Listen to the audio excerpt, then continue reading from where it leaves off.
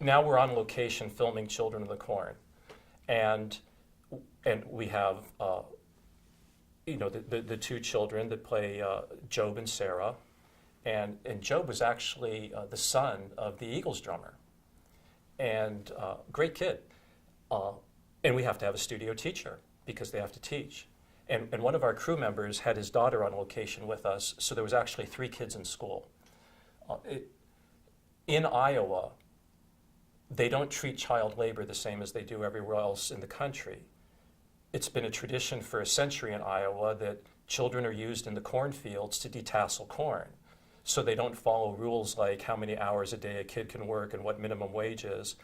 So when we were dealing with the film commissioners and picking where we wanted to shoot, one of the selling points of shooting in Iowa in 1984 was they would enact into the Congress, right into their legislation, an exception for our movie, that our movie could follow the same child labor guidelines that farmers follow, where we wouldn't be burdened with not being able to shoot all of the Hollywood rules for children.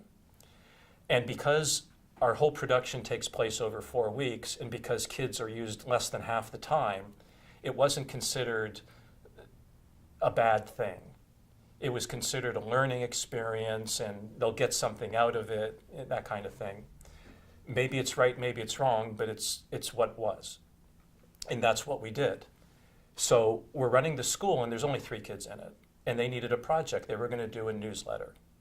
So they did a little newspaper that comes out, and it was called The Cob. And these 10 and 12-year-olds are putting together their piece. And so they interviewed the sound man, and everybody gets their questions, but there's one question that's the same for everybody. And how did you get your job? Oh, my good friend Don Borchers. I worked with him on this and this and this. And then the director of photography. And how'd you get your job? Oh, my good friend Don Borchers, da-da-da-da-da. So when they finally put the article out, the head of the article was everybody's good friend. And then when that came out, then the accountant, Susan Gelb, our associate producer, invested in one of those printed T-shirts that said on the front, Don Borchers, and on the back, everybody's good friend.